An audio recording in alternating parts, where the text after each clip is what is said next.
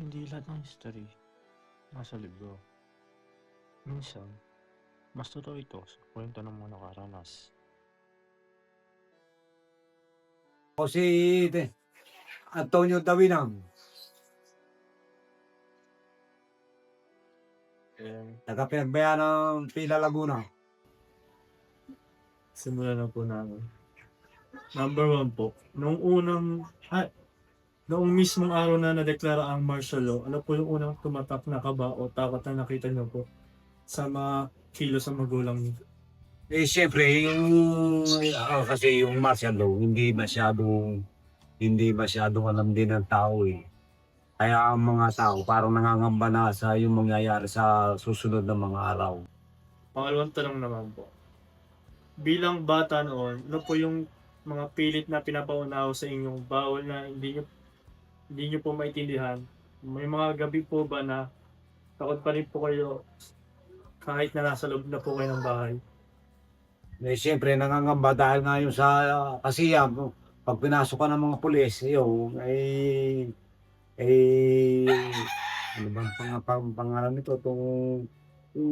Siyempre, nangangamba ka na baka ito dakping ng dahil noong araw, pag martial law, walang yung freedom of speech at walang freedom of right. Pangatlong tanong po, paano po biglang nagbago ang pagkabata niyo? Ano pong mga laro sa kalye, kanta, o palabas ang bigla na lang pong nawala o pinagbawal noon? May pinagbawal na yung huwag yung magsasalita na against by the government. Halimbawa, parang anong tawag yung magsasalita ka ng mga hindi ugma sa mga Ah, mga sa mga lalo na yung sa mga pamahalaan yung bawal. Pang-apat po, may nakita po ba kayong sitwasyon sa kalsada o sa mga kapitbahay niyo po na nagpa-realize sa inyo na hindi po normal at delikado yung panahon niyo po na yun? Wala masyado rito. Basta tahimik lang. No, tahimik rito Hindi hindi kasi tayo sakop ng martial law ang yung Maynila at saka itong parting Bulacan, yan ang nandiyan ng mga NPA eh. Tsaka yan Quezon. Ito hindi masyadong ng martial law. Panay ang kukuha nga ng mga rito ng mga yung gobyerno yung parang parang namimigay ng mga na tayo sa mga tao. Pero hindi masyado kundi sa atin.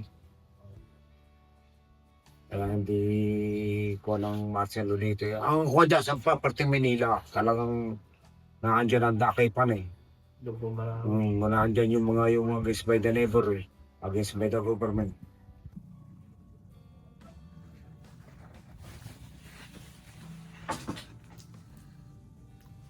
So hello guys, I'm Kurt Francis Piderama, ang gumawa ng vlog. Siguro kung bablogin ko yung story na narig ko is natutunan ko na ang history ay hindi lang pure facts, hindi mga totoong story at talaga nagaling sa tao. Habang ginagawa ko yung project namin is mas naiintindihan ko na kung gaano ka-importante pakinggan yung personal kwento kasi mas nagiging totoo siya. Isa sa mga tumatak na sinabi nung interview is yung ramdam agad nila yung takot o kaba nila nung magulang nila noong dineclare pa lang yung martial law. Kahit wala pang direkta na nangyayari. Na nagpakita na kung gaano kalaki yung epekto nito sa mga tao. And nabanggit din na naging mas maingit sila sa mga kilos o pananalita nila noon dahil di nila alam kung ano yung pwedeng mangyari sa kanila. And kung ma-apply sa buhay ko naman nito ngayon, apply ko siya sa pagiging mas aware sa paligid at sa mga desisyon ko. At hindi basta-basta mag-take for granted sa mga bagay-bagay. And sa future career ko, importante na makikinig ako sa iba at pag-intindi ng iba't ibang perspective para makagawa ng mas maayos na desisyon. And ayun, overall, nakatulong yung project nito para mas maintindihan ko yung epekto ng history sa totoong buhay.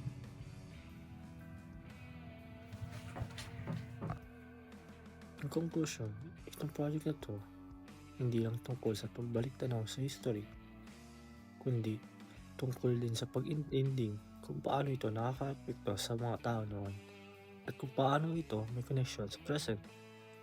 Sana kahit sa simpleng pagbasa nito, may napulot kang aral at bagong perspective.